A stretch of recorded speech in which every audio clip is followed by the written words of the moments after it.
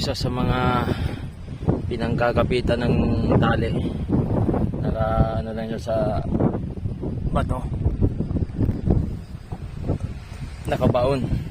Tapos yan, bababa na siya sa road hanggang doon na sa baba siya.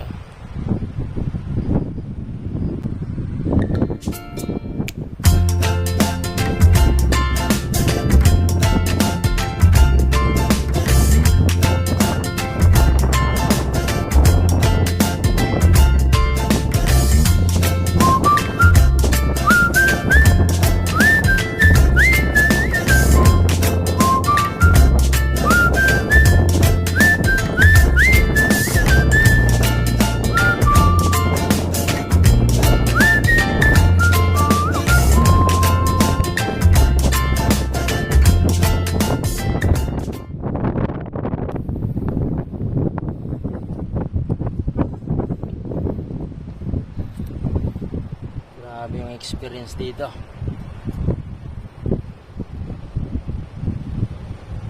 Isa sa mga bundok rito sa Taiwan na naakyat ko, na pinakamahirap ay ito. Hindi dahil sa trail, kundi dahil sa natsimpuhan din na katatapos lang din umulan at umahambon pa nung ako'y pababa rito sa dito sa area na to, kaya nahirapan ako. Tapos sinubukan kong maghanap ng ibang daan rito pabalik doon,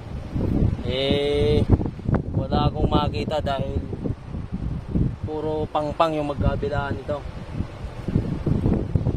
Mahirap siyang daanan. Kaya no choice kundi ang bumalik ulit doon sa dinaanan ko ngayon pagpunta rito sa baba.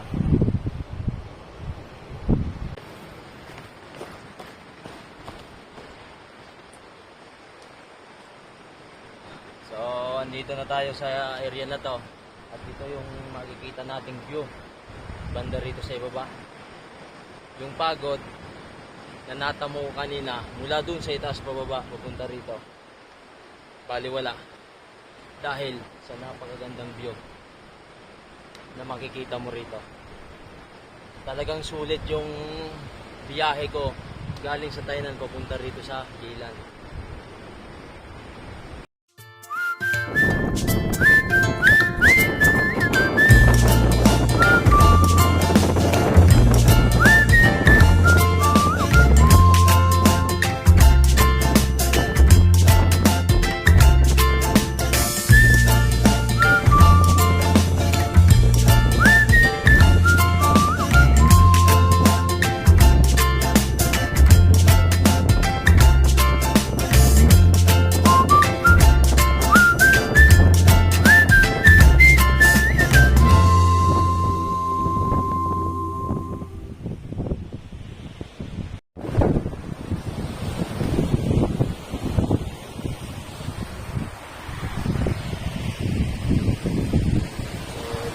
Sistema.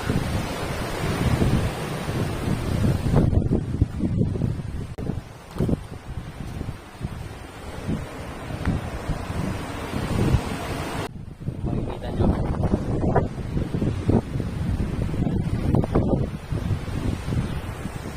Grabe. Hindi lang makapalunggan din ang ito. Tapos siya yung bababaan pa.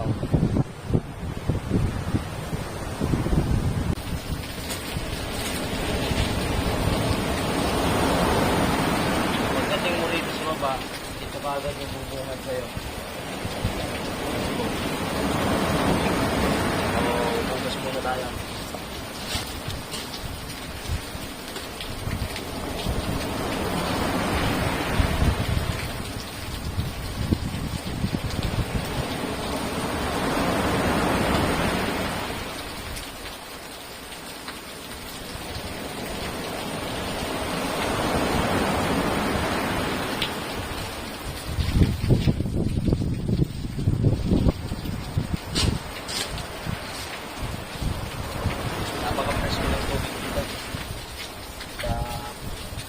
ka rin inumin dahil galing sa mundo.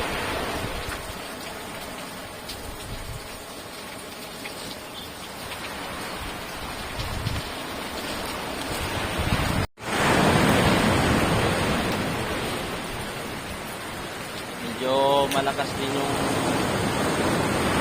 ano niya rito. Kung mapapansin nyo, medyo alanganin na naman yung panahon ng mga oras na ito. Gawa nung nakikita niya, yung ulap naninitin na naman para bang nagbabadya na may papalapit na naman na ulan. Kaya bibilisan ko na rito at makaalis na, makabalik na ako rin sa pinag-gusto ko kanina saan bumaba ako. Dahil baka abutan tayo ng ulan, mas mahirap dahil paaron siya. Matarik. Ito. So, medyo delikado. Kaya,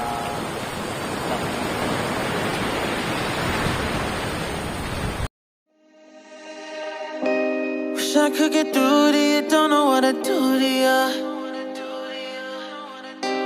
Anything I say will come off as wrong and you're not alone.